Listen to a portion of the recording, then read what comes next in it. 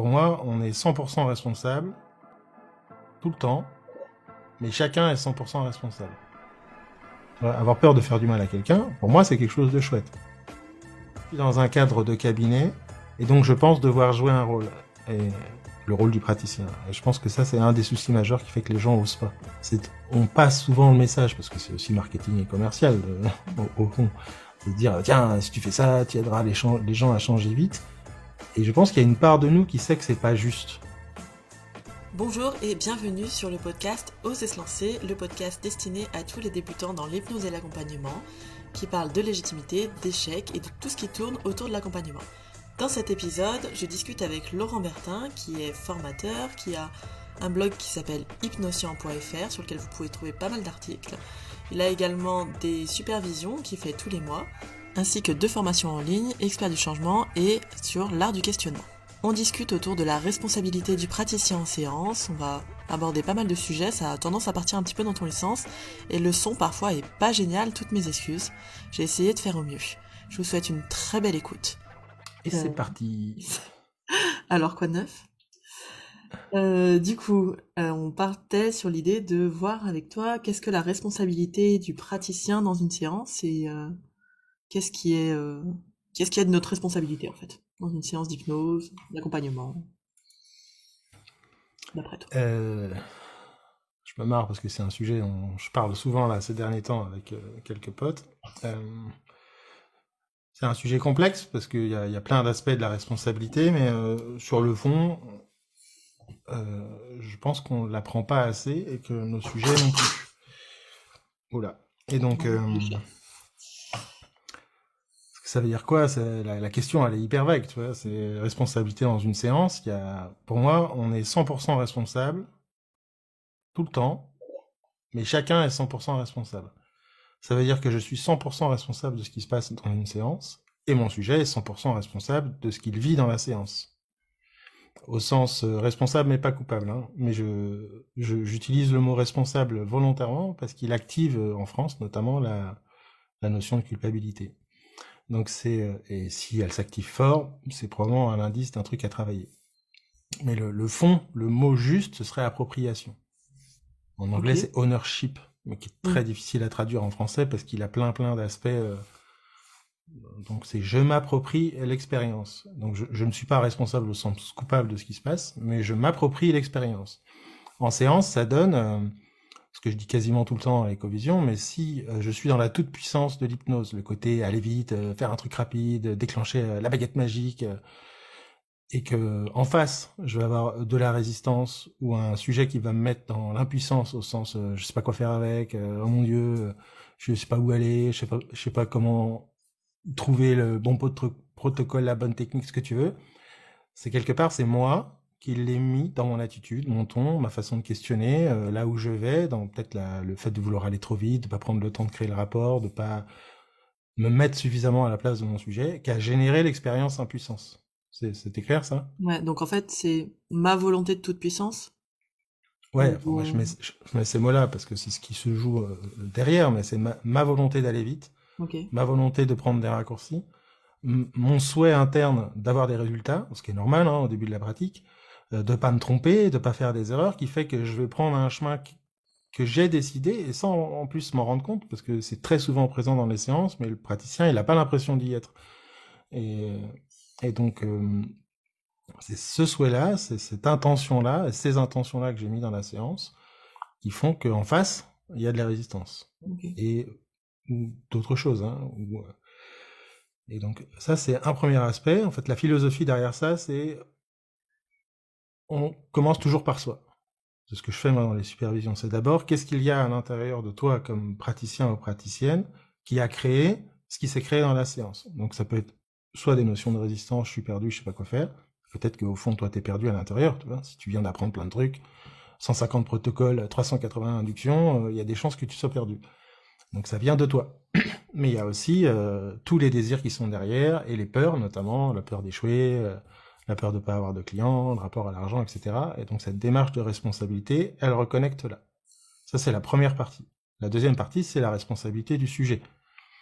Et donc, au sens créer un cadre, un partenariat, où sa responsabilité au sujet, c'est de pouvoir être libre, moi j'appelle ça le cadre de permission, de me dire ce qu'il ressent, de me dire ce qu'il pense, de me dire si ce que je viens de dire, ça lui convient pas, ça lui plaît pas, de pas me faire plaisir. Il est pas là pour rentrer en transe pour me faire plaisir, il est là pour vivre son expérience à lui. Et moi j'ai ça en tête, c'est que mon sujet est responsable de ce qu'il vit, donc je le pose dans mon cadre, ce qui permet en plus l'autonomisation et la responsabilisation du sujet dans l'expérience. Si au bout d'une heure il me dit ça m'a pas plu qu'on soit allé par là, je vais lui demander qu'est-ce qui fait que vous me l'avez pas dit avant. Ok, mais c'est du coup un truc que tu peux poser dans le cadre de départ vous êtes libre de me dire quand ça déconne, quand vous êtes à côté de moi, c'est un truc que je peux dire. Quand je suis à côté de mes pompes, n'hésitez pas à me le dire, quoi. Ouais, ce que dit Jordan Véro là dans ses livres, je crois que c'est dans Hypnose rapide, où lui il parle de partenariat. Okay. D'accord, ce qui est une autre façon de dire cadre, mais l'idée de partenariat c'est ça, c'est on est en équipe, chacun est responsable de nos expériences et de ce qu'on met dans la séance, et ensemble on construit quelque chose. Mais pour qu'on construise ensemble, il faut que j'ai un retour, un feedback. Le truc c'est que c'est facile à dire, mais c'est beaucoup plus difficile à faire quand on a peur, quand on est paralysé, quand on n'ose pas, parce que c'est le thème un peu des podcasts que tu fais, et qu'on n'ose pas se lancer. Je vais te dire, dites-moi ce que vous voulez, mais dans mon non-verbal, mon paraverbal, mon attitude, dans mes questions, va y avoir cet interdit, tu vois. Et donc, c'est 100% responsable à tous les niveaux. Et aussi, après, si on pousse plus loin, typiquement, quand mon sujet a une émotion, moi je vois quasiment tout le temps en formation, mais c'est normal aussi parce que c'est ce qui est beaucoup enseigné, c'est ce côté, je vais essayer tout de suite, moi, comme praticien ou praticienne, de sortir mon sujet de l'émotion. Et quelque part, en tout cas dans ma philosophie, c'est la mienne, hein, je dis pas que c'est la bonne façon de faire, je déresponsabilise mon sujet de son expérience, parce que je lui enlève, sans lui avoir demandé, la permission de vivre ce qu'il a à vivre. C'est clair, ça? Ouais, donc tu l'autorises pas à vivre son émotion, parce que toi, t'es peut-être pas prêt à gérer ou à voir la souffrance de l'autre ou un truc comme ça, quoi. Parce que si on revient, ça commence par moi d'abord. Ouais. Moi, si je vois ça, je me demande, moi, je me dis, attends, quel est mon rapport aux émotions? Quel est mon rapport à la souffrance? Quel est mon rapport à l'autorisation de l'autre de vivre ce qu'il a avec? Comment je gère le fait qu'il me dise non, j'ai pas envie d'y aller? Tu vois, c'est cette démarche-là. Et dans cette démarche de responsabilité, il y a cette notion d'autonomisation et de liberté. Le truc, c'est quand tu l'intègres, que l'autre, il est 100% responsable de l'expérience, c'est là que, à mon sens, tu t'autorises à tester des choses. Ma responsabilité, ça va être de me dire, bien, dans cette séance, j'ai envie de tester, je sais pas, une rupture de pattern en hypnose, par exemple. Ou un protocole, ou une technique, parce que je l'ai lu, elle m'intéresse, je vais en faire l'expérience avec mon sujet. Ça, c'est ma responsabilité. La responsabilité de mon sujet, ça va être de me faire un retour, de me dire comment il le vit, comment ça se passe, et moi, je dois être OK avec le fait que ça puisse ne pas lui plaire, que ça fonctionne pas et c'est pas grave, parce que ça ne dit rien sur moi, ma responsabilité était juste d'oser le faire, ça dit quelque chose sur comment lui, il vit son expérience et il est libre de la vivre comme il a envie. En fait, c'est chacun à sa place, et je trouve que ça pose de bonnes limites entre toi et moi, tu vois. Je suis comme je suis, je fonctionne comme je fonctionne. Évidemment, faut pas fuir la remise en question, hein, mais mon sujet, il est libre de fonctionner comme il fonctionne. Et je trouve que c'est très précieux comme attitude et comme démarche, parce qu'elle est assez rare. On a tous souvent tendance à accuser l'extérieur. Moi, j'ai vu ça beaucoup dans les formations ou en supervision, où très souvent, tu vois, le praticien, c'est pas formulé comme ça, mais ce qui est dit, c'est ouais, il avait pas envie d'y aller, il était pas motivé, Attends, commence par toi d'abord. Tu vois, qu'est-ce qui fait qu'il avait pas envie d'y aller? Peut-être que t'avais pas le rapport, peut-être que t'étais pas assez sécure dans ta façon, dans ton attitude. Peut-être que s'il n'était pas motivé, que c'est peut-être ton job de le voir et de lui dire et d'en parler. Et donc ça ramène tout à l'intérieur, mais de façon plutôt agréable. C'est pas s'il y a de la culpabilité qui vient, c'est l'indice pour moi qu'il y a un chemin à faire personnel, un travail à faire sur la notion de culpabilité. Qu'est-ce qui fait qu'on se sent coupable de comment décide de vivre l'autre leurs expériences, tu vois. Okay. Et ces démarches-là, si je me dis, bah tiens, peut-être que je manque de technique, je manque d'entraînement, je manque de travail, la responsabilité, de dire, ok, ma responsabilité, c'est de m'améliorer dans ma technique, de m'entraîner. Et ça crée cette démarche-là. Je continue le monologue, mais tu m'excuses, hein, mais sur l'idée d'oser, par exemple, c'est qu'est-ce qui fait que j'ose pas? Tu vois, et on va entendre, bah, j'ai peur de ce que les autres vont dire, de ce qu'ils vont penser, j'ai peur de faire du mal. Ah, tiens, t'as peur de faire du mal. Ça, c'est quelque chose qui est intérieur. Qu'est-ce qu'il y a à l'intérieur qui te fait penser que tu peux faire du mal à quelqu'un? Ce qui est vrai en même temps, donc c'est plutôt bien d'avoir ça, mais on peut faire du mal à des gens si on est des gros nazes, calons comme des bourrins. Mais si on met ce cadre de permission en la séance, c'est souvent moins le cas, parce que l'autre peut te dire que ça lui convient pas. Et dire stop. Mais ok, qu'est-ce qui fait que j'ose pas? Quel rapport j'ai au regard de l'autre, au rejet, je sais pas quoi, moi.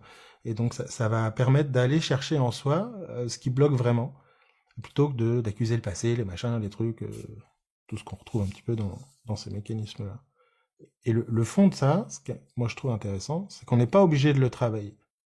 Est-ce que Au j'allais te sens, demander si, une fois que tu as trouvé ça, est-ce que tu vas après le voir avec un thérapeute ou...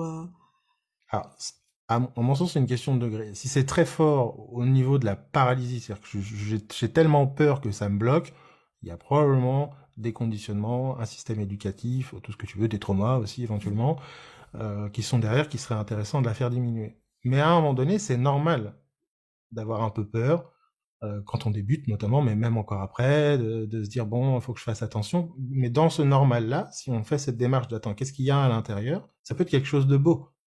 Avoir peur de faire du mal à quelqu'un, pour moi, c'est quelque chose de chouette. Ça veut dire que je vais faire attention à ce que je fais.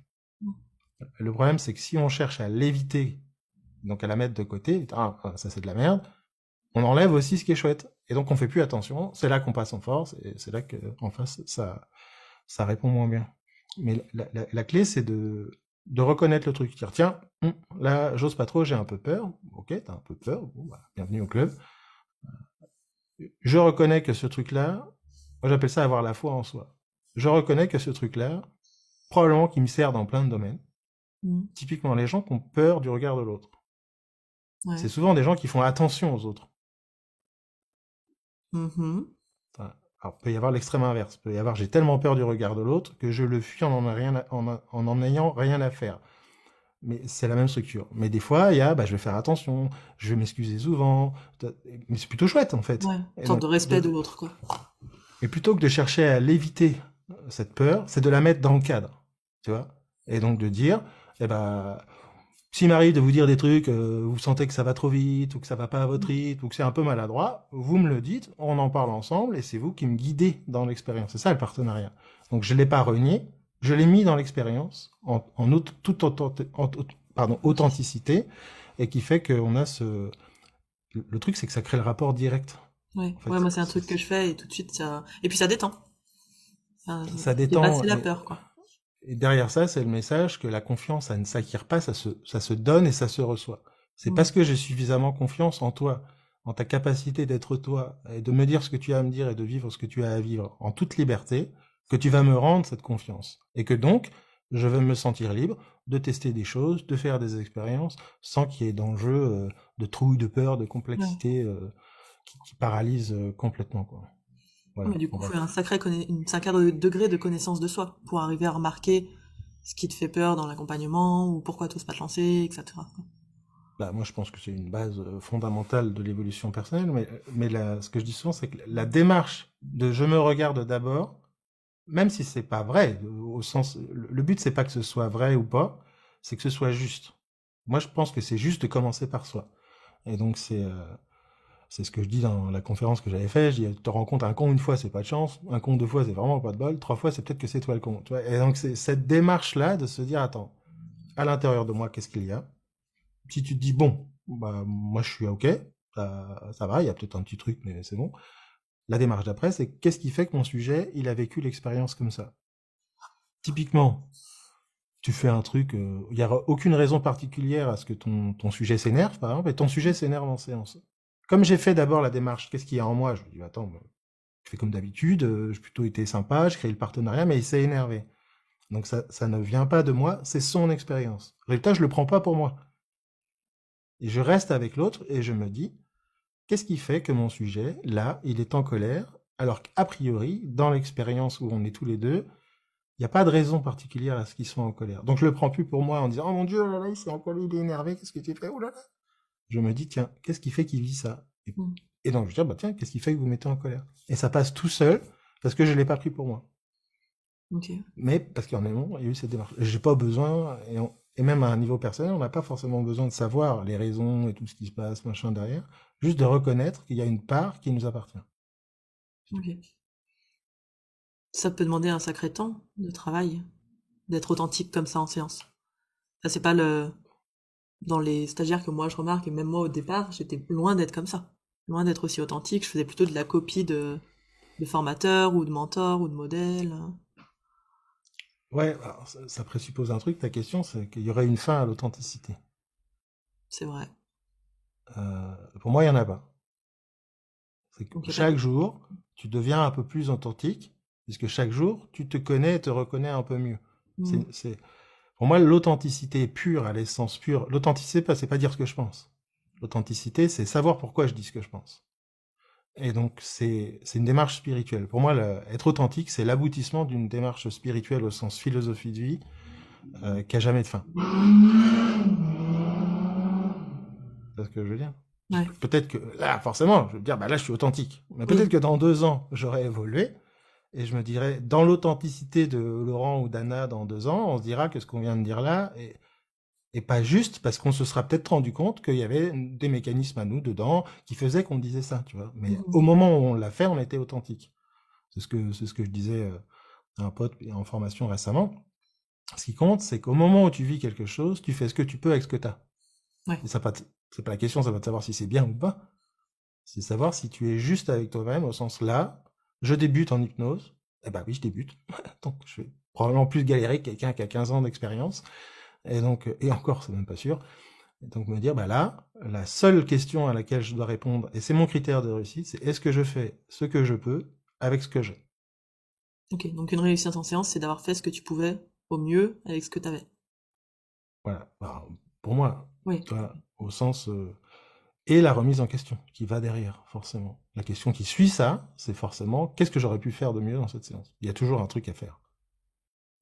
Le souci, c'est que les gens vont vivre, et tous, hein, quand je dis les gens, je me mets dedans, c'est qu'on va vivre ce mécanisme-là en forme de comparaison. Ce que moi j'appelle le facteur d'insuffisance. C'est que mes goûts, mes envies, mes désirs, mes rêves, ce que j'aspire à être, sont plus loin que ce que je suis maintenant.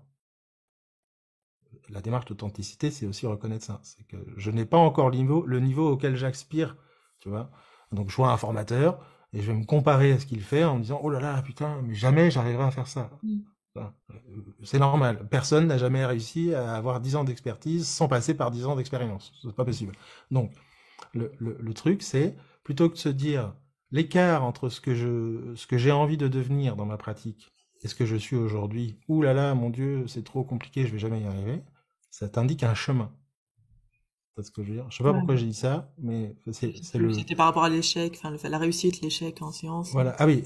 Et donc ce truc-là, c'est est-ce que je suis sur ce chemin vers lequel j'ai envie d'aller? Et est-ce que je fais le nécessaire au quotidien pour avoir envie d'y aller? Oui. Si la réponse est oui, ça suffit. Okay. Voilà. C'est 1% chaque jour, à la fin d'une année, ça fait beaucoup de progrès. Mais les gens attendent d'avoir le résultat pour pouvoir pratiquer. C'est ce qu'on voit tout le temps, et tu dois le voir aussi tous les jours dans ton programme, c'est je me forme, mais je ne pratique jamais, parce que j'attends par la formation d'avoir acquis l'expérience que je crois nécessaire pour pratiquer. Ça n'arrivera jamais, c'est pas possible. Même quelqu'un qui a fait des années et des années d'études, il fait pas ça. Non, mais je crois qu'en fait, on confond le fait de faire des séances en intervision, ou tu sais, dans les formations, avec la vraie pratique de terrain qui n'a rien à voir. Ouais, il y a un monde d'écart. En plus, il y a un piège dans le... Moi, je trouve que l'intervision, c'est intéressant parce que ça permet de pratiquer dans un cadre sécure. Au sens, bon, sécurisé, il y a quand même une personne en face, donc ça reste des enjeux thérapeutiques, il faut faire attention, mais c'est pas c'est sécure au sens où je ne suis pas le thérapeute qui se fait payer, tu vois. Et on peut être ok, on peut échanger avec les autres, c'est des professionnels, bon, ça va. Le problème, c'est que c'est des professionnels. Et donc on se retrouve à pratiquer sans s'en rendre compte des fois, alors je dis pas que c'est le cas pour tout le monde, mais on va se retrouver à pratiquer dans un cadre où on discute avec un pro qui sait ce que tu vas faire. Moi je vois dans les groupes d'intervision, c'est qui veut venir à la séance, on va pratiquer telle technique. Je sais déjà ce que c'est, je sais déjà comment ça va se passer, donc j'ai plein d'a priori. Et ça c'est les séances les plus difficiles. Alors que quand t'as un sujet qui n'y connaît rien, Et tu te rends compte que le truc que tu as appris le premier jour en formation, de faire une bascule avant-arrière toute bête, ça crée un effet waouh gigantesque, ça crée le rapport, et en plus, ça crée une différence de cadre, au sens, je suis dans un cadre de cabinet, et donc je pense devoir jouer un rôle, et le rôle du praticien. Et je pense que ça, c'est un des soucis majeurs qui fait que les gens osent pas. Non, t'as pas de rôle à jouer, sois toi-même, ça va aller. Euh, Mais sois toi-même, ça veut pas dire n'importe quoi. Ça veut dire cette démarche d'authenticité, on est ok, on est cool, quoi. Je sais pas si c'était clair, mais c'est l'idée. C'était très clair. Donc, enfin, il y a plein de mécanismes comme ça, mais et la responsabilité, c'est, à mon sens, dès qu'il y a un élément extérieur dans la conversation, on est à côté de la plaque.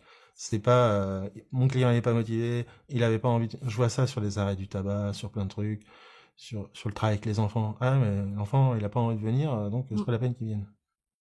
Ah mais c'est un peu con. Peut-être que si tu prenais 5 minutes pour discuter avec lui en authenticité, prendre le temps de créer le lien, le gamin il se dira bah oui tiens ça pourrait être intéressant aussi que moi j'évolue sur certains sujets, tu vois. Même si la raison au problème c'est peut-être papa, maman, la systémie familiale, c'est pas le sujet. Et, et je trouve qu'on a tendance à se déresponsabiliser Mm. trop de ce qu'on vit avec nos clients. Et en plus, paradoxalement, et c'est ça le paradoxe de se déresponsabiliser, c'est qu'on prend la responsabilité de l'autre. Donc tous les paradigmes se sont inversés en fait. C'est je me déresponsabilise, mais en même temps je prends la responsabilité du changement de mon sujet. Celui qui décide de changer et le rythme à lequel le sujet change, c'est le sujet qui décide. C'est pas nous. Donc c'est la permission, l'autorisation. Il y a des gens, ils vont choisir de ne pas changer parce que le coût du changement est trop douloureux. Mais si tu enlèves cette expérience-là à ton sujet parce que tu veux aller vite, parce que ça flatte ton ego de praticien, parce que tu es content d'avoir des résultats, vite et rapide, en mode cow-boy, quoi, tu enlèves cette expérience fondamentale chez un sujet, de décider, d'avoir le choix, de choisir, de continuer comme il était avant. Et comme il l'a choisi, il ne le vit plus pareil. Et c'est déjà un changement. Vous avez compris? Non. Du coup, si on prenait plus de temps, alors moi je suis sur des séances un peu longues parce que je suis en coaching donc c'est plus long, mais si on prenait plus de temps, ça pourrait laisser à la personne le temps de décider si elle veut vraiment changer ou si elle veut rester dans son problème parce que finalement le coût du changement c'est trop compliqué. Enfin il y a trop de choses. Ouais, ou prendre le temps Ouais. de changer. Ben, on change pas. Ah c'est long. On oublie. C'est l'analogie que je donne souvent. C'est changer, c'est comme pousser une voiture. Tu sais. Tu la connais celle-là, mais je vais la Non, dire pas quand même. celle-là. Tu pousses ta voiture la première fois qui est arrêtée, qui est en panne. Il y a de chances qu'elle bouge pas. Donc tu appuies une deuxième fois, une troisième fois, tu donnes plusieurs poussées, et au bout d'un moment, on va dire la 200e poussée, la voiture avance. Et puis tu pousses et ça avance. Qu'est-ce qui a généré le changement? Toutes les poussées depuis le début ou la Oui, 200e. Ouais. bah oui. Sauf que nous, On croit comme que c'est nous. praticiens, on pense que c'est la dernière. Ouais. Et donc on oublie ça. Et donc on se souvient, quand je dis nous, c'est nous en tant qu'être humain. On se souvient du dernier truc qui nous a aidé à changer. On dit ah putain, j'ai lu ce bouquin, j'ai vu ce film, j'ai fait une séance avec machin, ça m'a aidé à changer. Mais il y en avait peut-être 200 avant. Mm. Des événements et des expériences qui sont accumulés progressivement et qui ont généré ce point de bascule du changement. Et des fois en séance, on a le sujet, t'arrives, il est à la 200e poussée. Tu fais rien, Ouais. Il il bouge change. des fous. Hein, c'est des séances, tu dis putain, je comprends pas. Je fais une séance, on n'a rien fait Moi je me dis que je suis un d'extraordinaire. génie à ce moment-là. J'ai même fait une séance de merde et le sujet, incroyable. Et puis il y a les séances, tu te dis j'ai fait une séance extraordinaire, mais il n'y a rien qui a changé. Parce que t'es pas à la bonne poussée et c'est ok. Et les gens veulent aller trop vite. Mais ça, je pense que c'est l'enseignement de l'hypnose aussi qui génère ce syndrome d'incompétence.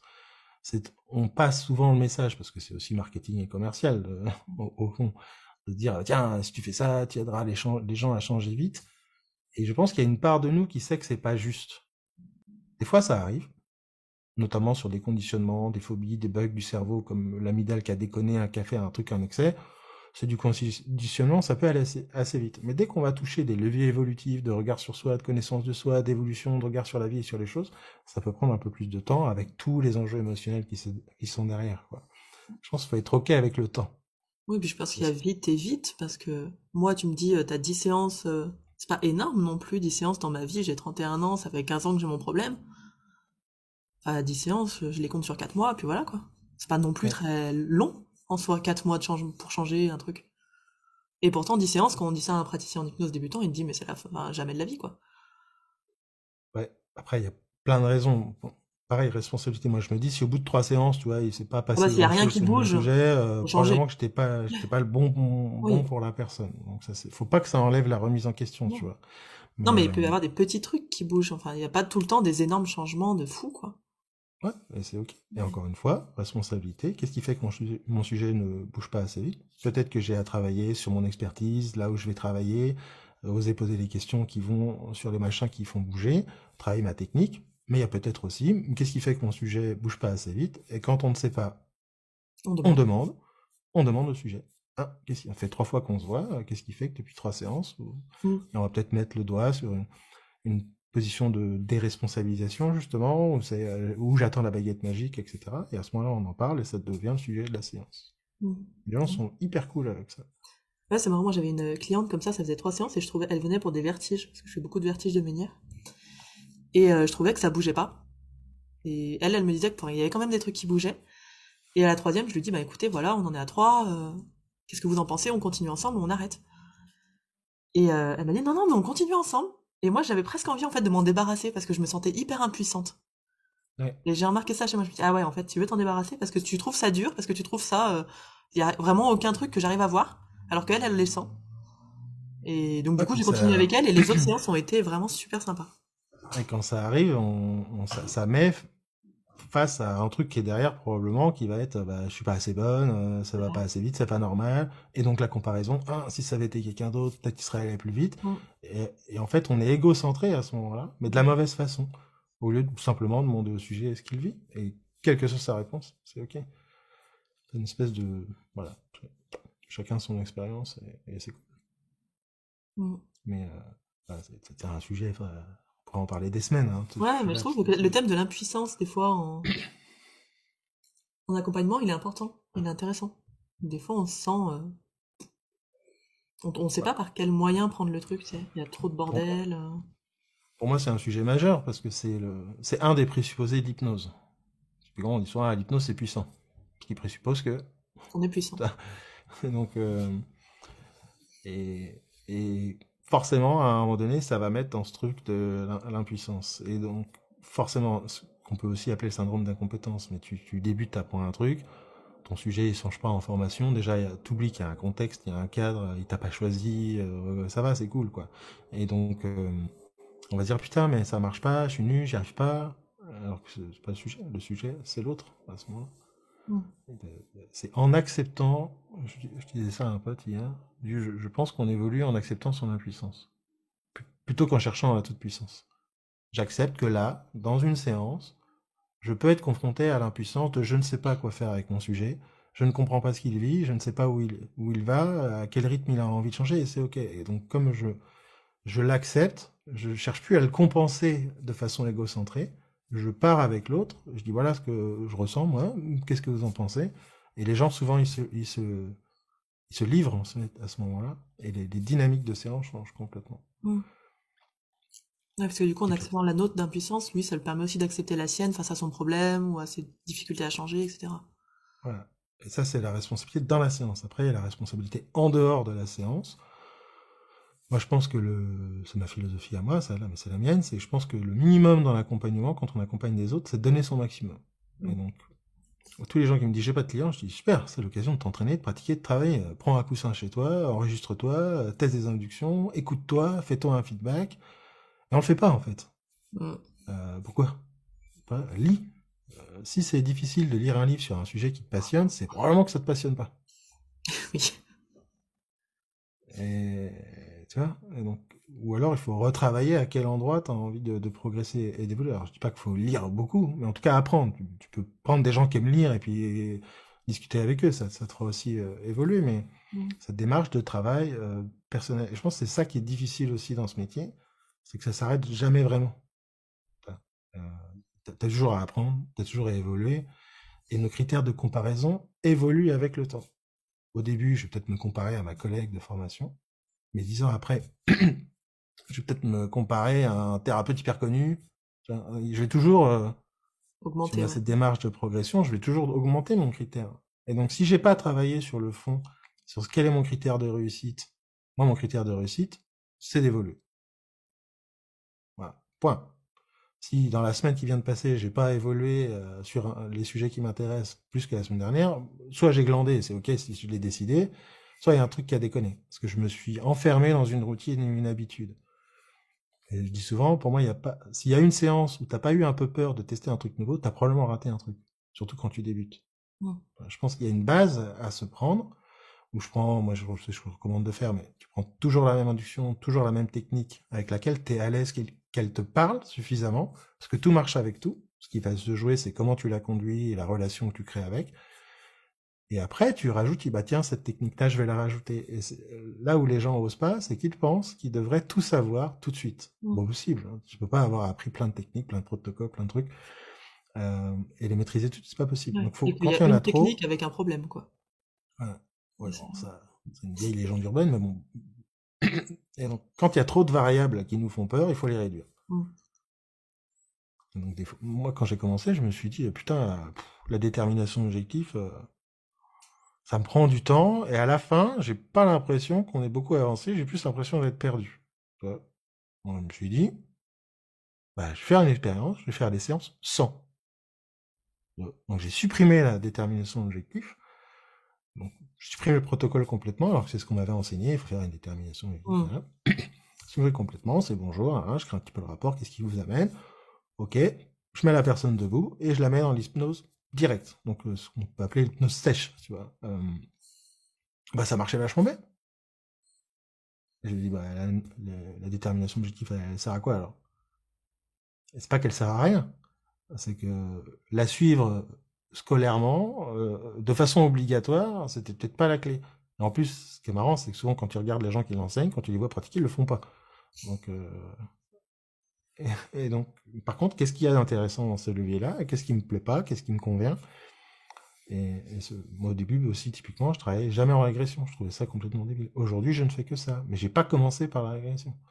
C'est à force d'expérience, puis bah, c'est vraiment les clients, ils retournent tout seuls dans le passé. Tu vois, alors que je n'ai pas cherché à créer l'expérience. Qu'est-ce qui fait qu'ils retournent tout seuls dans le passé? Et c'est là, c'est quelle a été ma responsabilité dans cette expérience? Qu'est-ce qui fait que mon sujet est lié à aller? Et comme je l'ai pas forcé sur une technique, je me suis laissé guider, j'apprends par l'expérience avec mes clients. Je me laisse guider, en fait.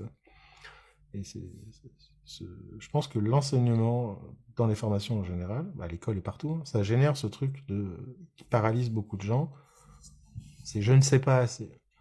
Moi, je dis souvent, c'est s'il existait un critère objectif de compétence, disons entre 0 et 100, ça n'existe pas, mais disons que si ça existait, qu'il y avait un niveau 100 où tu sais tout, tu as tout compris à Dieu, l'univers, à la thérapie, et 0, tu connais rien. T'as pas besoin d'être à 100 pour accompagner des gens. Tu as besoin d'être un peu plus en avance qu'eux. Donc si tes clients ils sont à 5, tu es à 6, ça va. Par contre, si tu essayes de travailler comme quelqu'un qui est à 80, tu vas te sentir nul.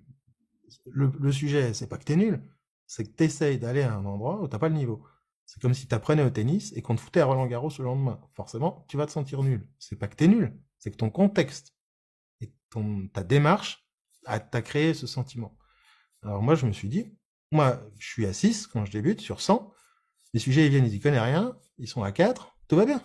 Tu vois, mais je me laisse guider, et l'idée, c'est de les amener un peu plus loin. Puis à force d'expérience, et si tu es à 4 sur 100 et que tu te compares à des gens qui sont à 90, tu vas te sentir nul. C'est le facteur d'insuffisance. Il faut se comparer à qui on était hier. Si hier j'étais à 4, aujourd'hui je suis à 5, j'ai le droit d'être content. Parce que mon chemin, c'est d'aller plus loin. C'est ça un peu ce qu'on vient de résumer là. Ouais. Je pense que les gens oublient ça. Parce que c'est normal dans plein d'autres activités, mais pas dans la thérapie. Et pas dans l'hypnose. T'apprends le tennis, personne va se dire, oh là là, je me sens nul, je n'ose pas aller jouer avec ma copine, je n'ose pas m'entraîner, parce que j'ai l'impression d'être une sous-merde. Personne fait ça. Pourquoi? Parce qu'on y va petit à petit, en fait. Ouais, mais... Parce qu'il n'y a pas d'enjeu émotionnel. Oui, c'est que là, tu as un client devant toi et l'excuse souvent, c'est oui, mais je veux pas lui faire du mal, ou il paye. Alors s'il paye, ben, faut bien qu'il ait un résultat. Ouais, mais ça, c'est... Mais oui. C'est le rapport à l'argent, le biais autour de l'argent, etc. Ce qui n'est pas normal de dire, bon, quelqu'un paye autant qu'il ait un résultat. Mais de quel résultat on parle? Parce que ce que je viens de dire sur moi, je suis à 4 sur 100 sur le critère fictif de compétence. Si demain je suis à 5, je suis content, j'ai progressé. Bah, c'est pareil pour mon sujet. Si mon sujet, il a aucune connaissance de lui, qu'il faut tout revoir, tout reconstruire parce qu'il a eu un système éducatif, il est dans les traumas complexes, etc. Disons qu'il est à 2 sur 100 sur son pilier évolutif, de citer d'évoluer et d'être mieux dans sa vie. Qui je suis pour lui dire d'être à 90 à la fin de la séance? Tiens, ça va trop vite. Le gap, il est trop grand. En plus, ça génère plein de problématiques, mais on va pas rentrer dans le détail. Peut-être que lui, il sera content. C'est ce qui s'est passé avec ta cliente dans les vertiges. Elle est passée à 3, elle était contente. Sauf que, quelque part en toi, tu disais merde, il faut qu'elle soit à 70, tu vois. Mais ça, c'est pas ta décision. Et c'est justement parce qu'on prend pas la décision pour l'autre qu'il y va plus vite. C'est tout le paradoxe du truc. Et puis c'est ce qui se passe. Tu rentres dans un magasin, t'as juste envie de jeter un œil, et t'as 3 vendeurs qui te sautent dessus, qui te disent bonjour Anna, je peux vous aider? T'as envie de partir. Ah bah je pars d'ailleurs. Tu pars. Et ben en séance, c'est pareil. Plus je vais te demander de changer vite.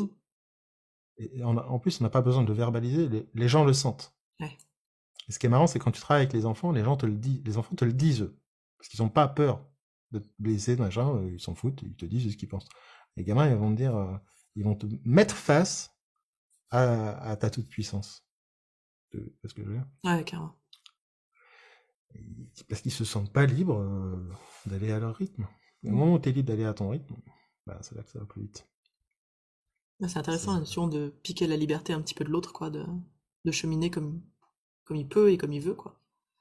Ouais, et puis la sienne. Les gens, ils y connaissent rien, de toute façon. Ils savent pas ce que tu dois faire. C'est pour ça, le piège des intervisions et du travail en formation, c'est que c'est le plus difficile. C'est qu'on travaille avec quelqu'un qui sait. Et c'est ce qui fait que quand on est sujet, même en formation, on a toujours cette part présente qui dit ah, mais c'est marrant, il a zappé l'étape 3, mais pourquoi il dit ça? Je comprends pas, parce que hier, on nous a dit qu'il fallait faire un double lien, et là, son double lien, et puis pouf, t'es dans ta tête. Et donc, si on reprojette ça sur le sujet, les gens ne se posent pas la question. Ils viennent changer, tu leur dis mettez-vous debout, ils se mettent debout. Ils sont plutôt cool, quoi. Et s'ils sont pas cool, au sens ils sont bloqués, fermés, bah, peut-être que je force le passage, que je dois prendre le temps de créer le rapport. Moi, il y a des séances entières où je passais le temps à créer le lien avec la personne pour qu'elle se sente suffisamment sécurisée pour aller là où elle a besoin d'aller. Moi, je pense que c'est ça notre seul job. Créer un cadre suffisamment sécure pour que les gens puissent vivre ce qu'ils ont à vivre. Point. Tout le reste, c'est de la déco. Que je fasse de l'EFT, de l'hypnose, de machin, de la sophro, ce que tu veux. D'ailleurs, ça a été étudié en long, en large, en travers. C'est pas la technique qui fait la différence. C'est ce qu'on met dans la technique et la relation avec le praticien et la praticienne. Donc, évidemment, il faut avoir confiance en sa technique. Donc ça, c'est un autre sujet. Mais je pense qu'on donne trop de puissance à l'outil. C'est marrant, j'avais entendu que le rapport servait à rien. Que tu pouvais ne pas avoir le rapport avec tes clients et quand tu avais la bonne technique, enfin que tu pouvais quand même faire du changement et tout, sans rapport forcément. Bah, c'est vrai et faux en même temps. D'accord. Pas besoin de rapport pour faire du mal à quelqu'un. Non. Donc probablement qu'il n'y a pas besoin de rapport pour lui faire du bien. C'est comme si tu disais il faut que le film que je suis en train de regarder, il crée le rapport avec moi. Ouais. Pour qu'il me fasse des prises de conscience. Bah, non, ça n'a rien à voir. Donc, ça dépend de quoi on parle. Je sais pas, rapport de confiance. Enfin, moi, j'ai besoin de faire confiance à mon thérapeute, tu vois, s'il m'agresse toutes les 5 minutes. Bon, j'aime bien parce que ça me booste, tu vois, mais. À partir du moment où la personne, elle vient dans ton cabinet, ouais. Elle a confiance. Elle peut avoir peur, mais il y a au moins une base de confiance. Ouais. C'est ce que je dis souvent en formation. La question de la légitimité, c'est avant, après. Pendant, ça ne sert à rien. T'es déjà allé voir un thérapeute que tu trouves pas légitime, toi? Non. Non. Donc, les clients non plus. Ils disent pas, tiens, je vais aller voir Anna. Je pense que c'est une grosse naze. Je pense qu'elle est vraiment incompétente. Mais bon, je vais aller... J'ai envie de lui donner de l'argent, ça me fait plaisir. On sait pas. Et donc, c'est pareil. Quand tu débutes, et qu'il y a quelqu'un qui vient dans mon cabinet, il s'est pas dit, elle débute, ça va être à chier, et je vais pas changer. Et forcément, non. C'est que elle a eu la personne. C'est pour ça que je dis, il faut souvent mettre sa photo sur la première page de son site, pas en mode narcissique, mais en mode, voilà mon énergie, cher client, est-ce qu'elle vous convient? Parce que notre cerveau, il juge automatiquement, au premier abord. C'est inévitable. Et donc, je te vois, je me dis, tiens, j'aime bien son énergie à elle. Les gens, ils lisent pas le texte. Ils vont regarder l'énergie de ton site, l'énergie de ta photo, etc. Au sens, ce que tu dégages, hein, pas énergétique, mais dire, bah tiens, Anna, je sais pas pourquoi. Et les gens, ils disent ça. Ils disent, je sais pas pourquoi, mais il y a un truc qui fait que je me sens avec cette personne c'est ce qui se passe. Tu marches dans la rue et quelqu'un qui vient et te raconte sa life. Bon, moi, ça m'arrive pas parce que c'est pas mon énergie, mais ça arrive à ma femme, par exemple. Elle a pas créé le rapport. La personne n'est pas allée voir son site internet avant, tu vois. Il y a une énergie qui répondait à une attente inconsciente, c'est le sujet. Donc c'est déjà là, en fait. Donc je sais pas qui disait ça, mais tu prends une personne au pif dans la rue qui te connaît pas du tout, t'arrives, tu fais ta technique, il y a peu de chances que ça marche. Parce que tu vois. Et en plus, de quoi on parle? S'il s'agit de changer sur un petit sujet, hop, je te change un petit point de vue. Ah bah oui, j'avais pas vu ça comme ça. On est dans l'éducation. C'est pas la même chose que quand t'as été traumatisé sexuellement pendant des années, entre 3 ans et 8 ans, t'en as jamais parlé à personne, ça te bousille la vie. Probablement, je pense que la démarche aussi de pouvoir laisser la personne s'exprimer et parler est importante. Après, chacun son point de vue, mais j'aimerais bien voir les personnes qui ont dit ça. Le rapport, c'est pas important. Je crois que c'était avec Pank qu'on en discutait. Où il disait que Mais, justement il avait testé à ne pas créer le rapport et à être un peu prendre dedans. mais c'est Et pas... si on part du principe que de toute façon, de base, il y a déjà un rapport de créé parce qu'on va le voir et qu'on se connaît très bien son énergie à lui parce qu'il la cache pas du tout, enfin il est Eh oui, très authentique, donc Pank, moi je le connais assez bien. Tu t'attends pas à ce qu'il te caresse dans le sens du poil, Pank, tu vois. Donc, en plus, c'est écrit sur son site. Mais le truc, c'est ne pas chercher à créer le rapport, ça crée le rapport. Il y a tout un paradoxe autour de là. Parce que ce qui crée le rapport, c'est la liberté et la sécurité. ok. Et donc, il faudrait C'est pas la questionner. synchro alors. Non, c'est pas la synchro. Ce qui crée le rapport, c'est, à mon sens, mais après, Ouais, chacun ses points liberté, de vue, hein. Moi, je donne le mien, c'est la permission et l'autorisation. Si je cherche à ne pas créer le rapport, quelque part, je t'autorise et je te permets à me dire merde. Tu vois? Ouais. Et donc, ça marche. C'est tout le... C'est tout le Paradoxe du truc truc. c'est tout le paradoxe du truc. Alors que si j'essaye de te singer et de mettre mes mains comme toi et de me bailler parce que tu bailles ou de me gratter parce que tu te grattes, je t'autorise à rien, je te copie, les gens le voient, ça marche pas. Parce que ça s'est pas joué à un niveau émotionnel. Et en plus, il y a plein de paramètres. Déjà, quand est-ce qu'il a fait sa panque, par exemple, toi tu prends quelqu'un dans la rue au pif, peut-être qu'on pourrait débattre. Mais si c'est quelqu'un qui vient en séance, on peut pas débattre parce qu'elle est venue, déjà, donc c'est mort, il y a déjà un rapport. En tout cas, c'est des enjeux super complexes. Mais moi, je préfère penser que le rapport est important. Donc, le rapport au sens... moi, je ne crée pas le rapport avec le conscient. Hein. Je parle du rapport d'inconscient sur des structures qui sont derrière. C'est-à-dire que mon sujet peut penser que je suis pas cool à ce moment-là, mais il y a une part d'elle qui sait que c'est cool. Il se joue là, le rapport. Très souvent, moi, les gens, ils vont me dire, parce que je questionne assez vite là où ça, puis je laisse pas trop les gens s'échapper dans leur mécanisme de fuite. Et donc, on peut me dire, attends, vous êtes chiant, vous. Hein. Mais les gens sont là parce qu'ils savent que c'est à leur service. Déjà qu'ils ont eu le droit de me dire, vous êtes chiant, je l'ai pas mal pris, c'est ok, on en rigole. On me dit ça souvent, surtout ma femme, bah, tout le monde se marre, et on est parti.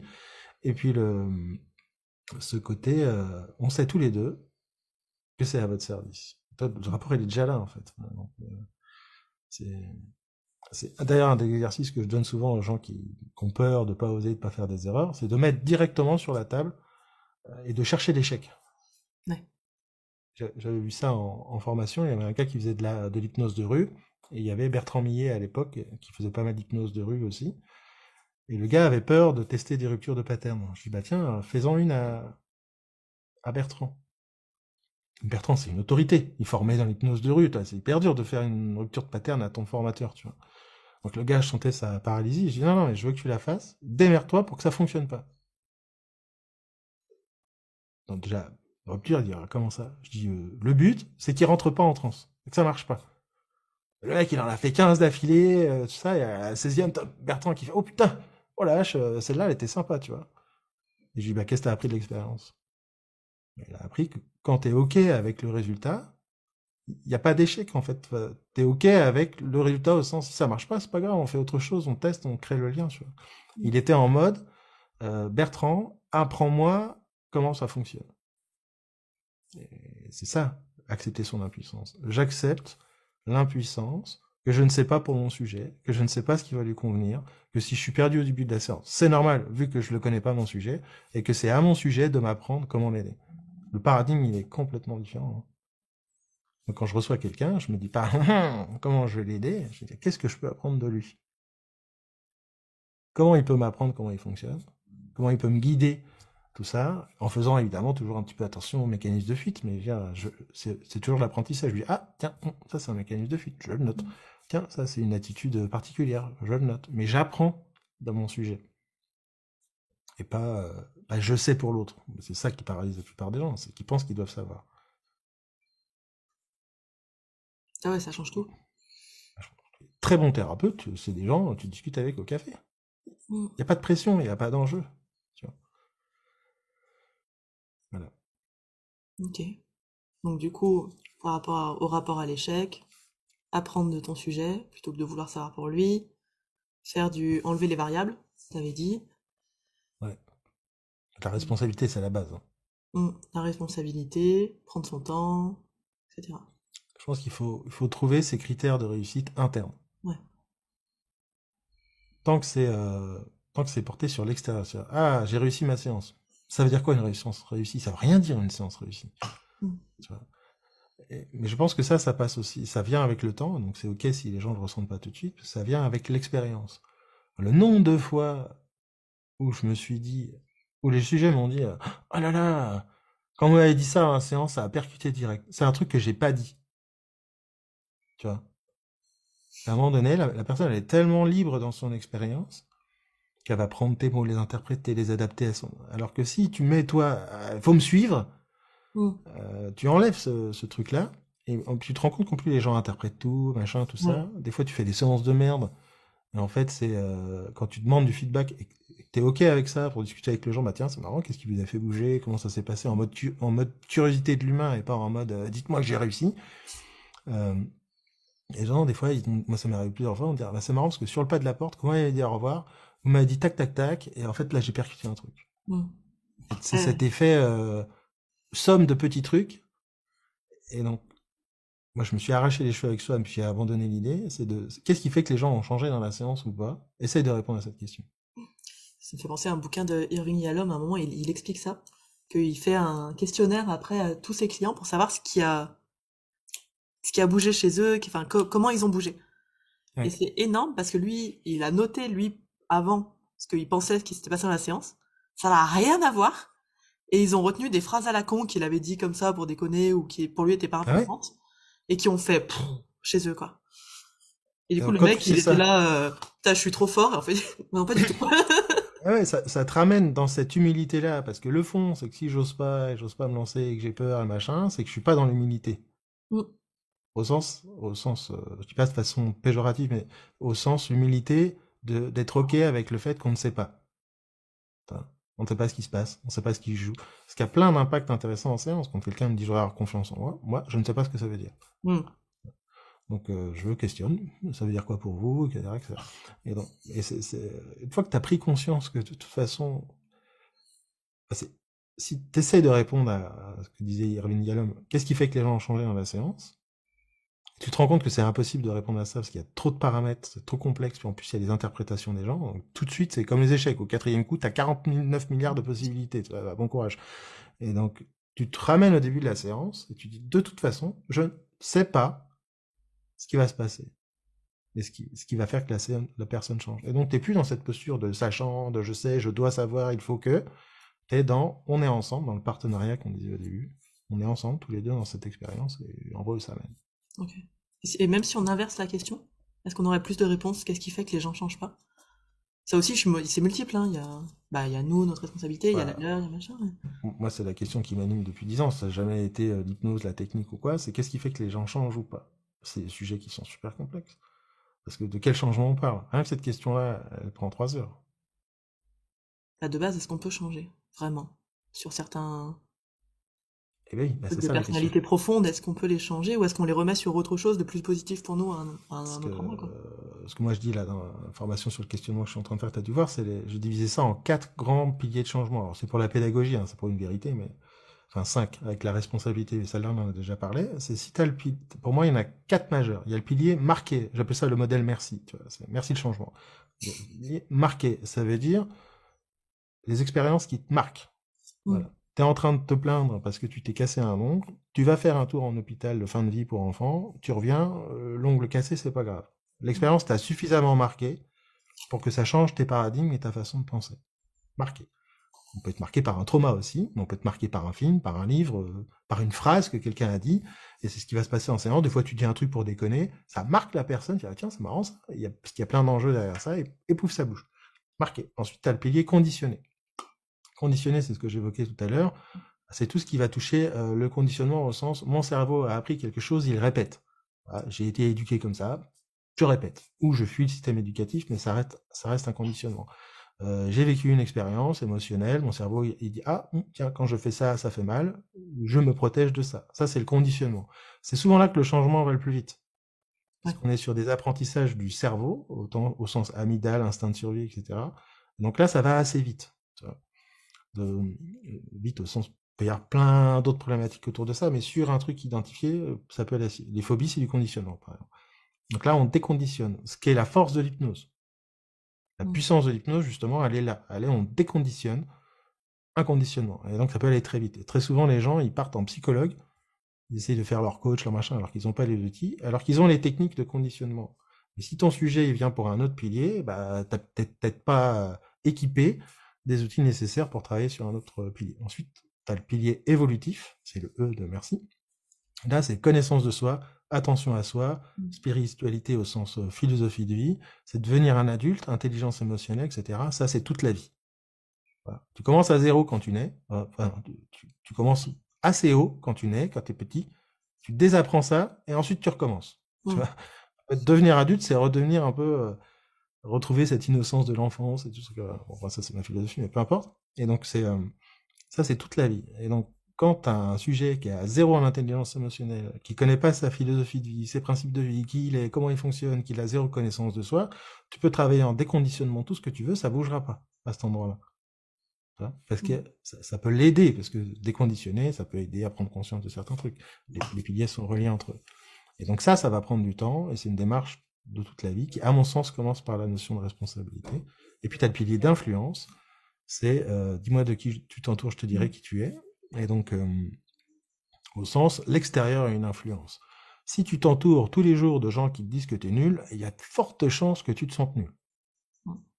Si tu t'entoures tous les gens de gens nuls, parce qu'ils te donnent le sentiment d'être bon, il y a forte chance que tu progresses pas. Voilà. C'est un des pièges des groupes d'intervision, etc., avec les feedbacks. Si tu te retrouves dans un groupe d'intervision où les gens qui te font du feedback, ils sont là pour se rassurer eux dans leur ego et leurs compétences, ils vont te faire des feedbacks, un, qui sont probablement faux parce qu'ils n'ont pas le niveau, et deux, qui sont désagréables et qui renforcent ton problème de pas oser. C'est parce que tu as pris un feedback de quelqu'un qui était dans une mauvaise intention. Ça arrive suffisamment souvent pour que je dise aux gens de faire attention. Et ensuite, de qui tu t'entoures. Si tu t'entoures que des gens qui ont un très bon niveau, qui ont une bonne expérience du changement, etc., et qui t'encouragent à évoluer et qui te disent, attends, moi aussi, moi quand j'ai commencé mes séances duraient 2 heures et demie et c'était nul, voilà, bienvenue au club. Si toi aussi qui nous écoutes, tu vis ça, moi aussi je l'ai vécu comme plein de gens. Donc c'est pas grave. Mais et qui t'encourage à évoluer, progresser, tu vois, que c'est ok, que t'as le droit de te tromper, tu vas finir par oser, tu vois.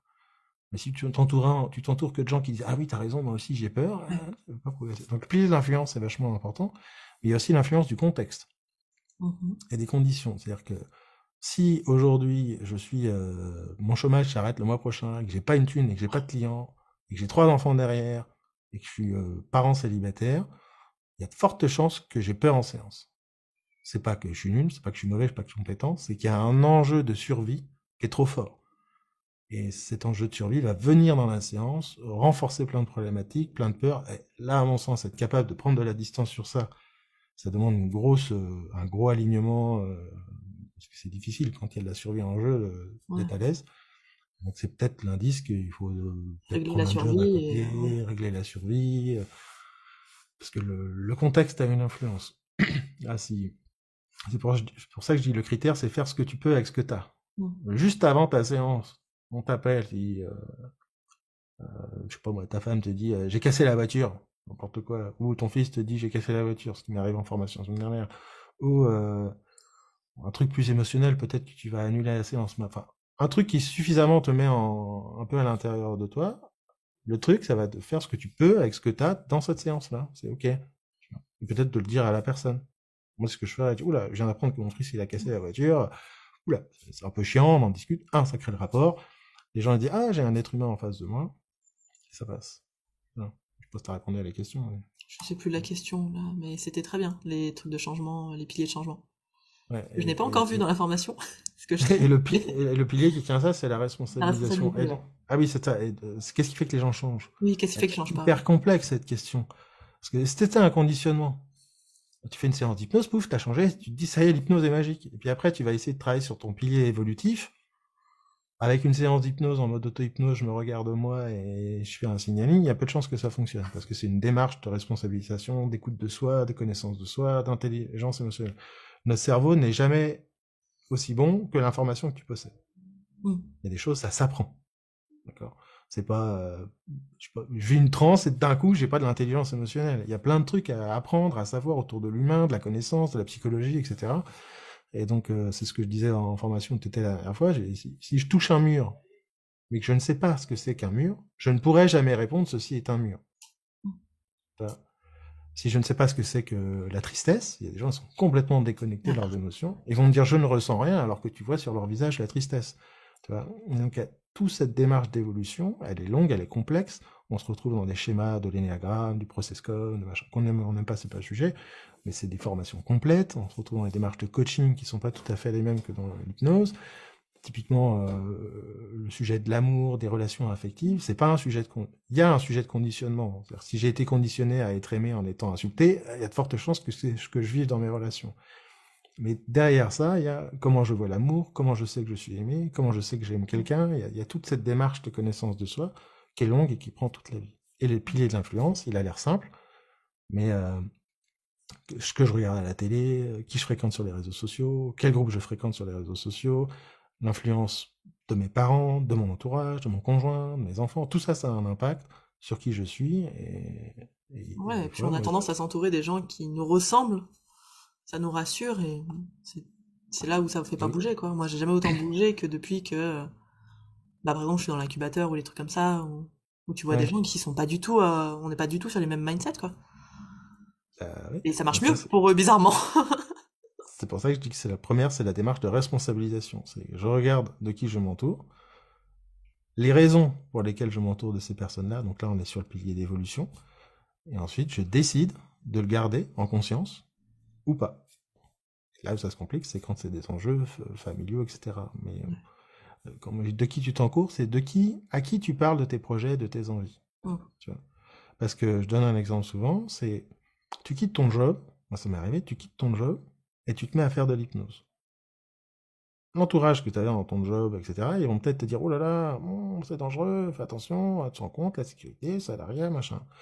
Et puis, il y en a qui vont même peut-être te dire, bah, je sais pas, à mon avis, tu fais une erreur, non, tu ne devrais pas faire ça. Ça, c'est mon choix de me dire, attends, responsabilisation. Si ça me touche, peut-être un truc à explorer chez moi. Mais 100% responsable, c'est qu'est-ce qu'il y a à l'intérieur de l'autre pour qu'il me dise ça. Peut-être que je le mets face à sa peur, lui. Ça fait 10 ans qu'il a envie de partir de son job mais qu'il n'ose pas. Qu'il n'est pas OK avec le fait de prendre le risque de. Et que le fait que moi je le fasse, ou toi ou n'importe qui d'autre, que nous on le fasse, ça met les gens dans ce truc, putain, dans ce facteur d'insuffisance justement. Tu vois. Moi aussi j'aimerais bien faire ça. Et ça génère des trucs assez intéressants, c'est que ça génère ce que moi j'appelle l'appel d'air quand j'ai quitté la banque. Là. Tout le monde a quitté. Dans l'année qui a suivi, tout le monde a changé de job. Enfin, pas changé de job, mais en tout cas, même au sein de l'entreprise, ils ont bougé. Tu vois. Parce qu'il y a putain, moi aussi. Et donc, ce putain, moi aussi, des fois, il peut te manifester par quelque chose qui te tire vers le bas. Et la responsabilisation, c'est ça. C'est pas les gens me tirent vers le bas, c'est qu'est-ce qui fait que je me laisse tirer vers le bas. Change ton entourage. En tout cas, change les pairs au sens PAIRS, les partenaires avec qui tu décides. Moi, il y a des gens avec qui je partage pas mes projets. Parce que je sais qu'en face, ça va être un peu... Je leur dis, ouais, ça va. Mais il y a des gens, je vais aller les chercher. Parce qu'ils vont me pousser dans les retranchements, ils vont m'encourager, ils vont me booster, ils vont me dire, ouais, c'est normal, moi aussi je suis passé par là. Et donc, je pense que c'est vachement important. Okay. C'est le problème des trucs autour de l'intervision, notamment, c'est si t'as que des gens avec toi qui osent pas, et qu'entre gens qui osent pas, on ose pratiquer, bah personne n'ose au final. Tu vois ce que je veux dire? Non, tu restes dans le cercle de l'intervision, quoi. Tu pratiques que dans l'intervision. Voilà. Et puis il y a des choses qui ne passent qu'avec le temps et l'expérience. Donc chercher à éviter l'expérience, et éviter la souffrance de l'expérience. Je ne suis pas encore la personne que j'ai envie d'être, et la perfection idéale du thérapeute que j'ai envie d'être, donc je ne fais rien, ça bougera jamais tant que tu pratiques pas. C'est possible. Voilà. On était obligé de passer par la question sur l'échec. Sur toi, ton ou tes plus grands échecs en séance. Bon. Je connais un peu la réponse, moi, mais elle est intéressante. Bah, moi, comme j'ai pas eu... L'échec en séance, c'est pas un sujet qui me parle, parce que j'ai toujours un peu été dans ce critère de réussite intérieure. Mais mon plus gros échec, je pense, qui est général et qui est pas que dans les séances, qui est dans la vie en général, c'est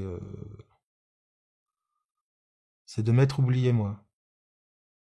Au sens, un peu ce qu'on a évoqué tout au long de la Covision, c'est l'habitude, pardon, du podcast, c'est de croire que je devais être quelqu'un d'autre pour que ça fonctionne. Tu vois? Et de demander aux autres de me dire qui je devais être. Tu vois ce que je veux dire? Ouais.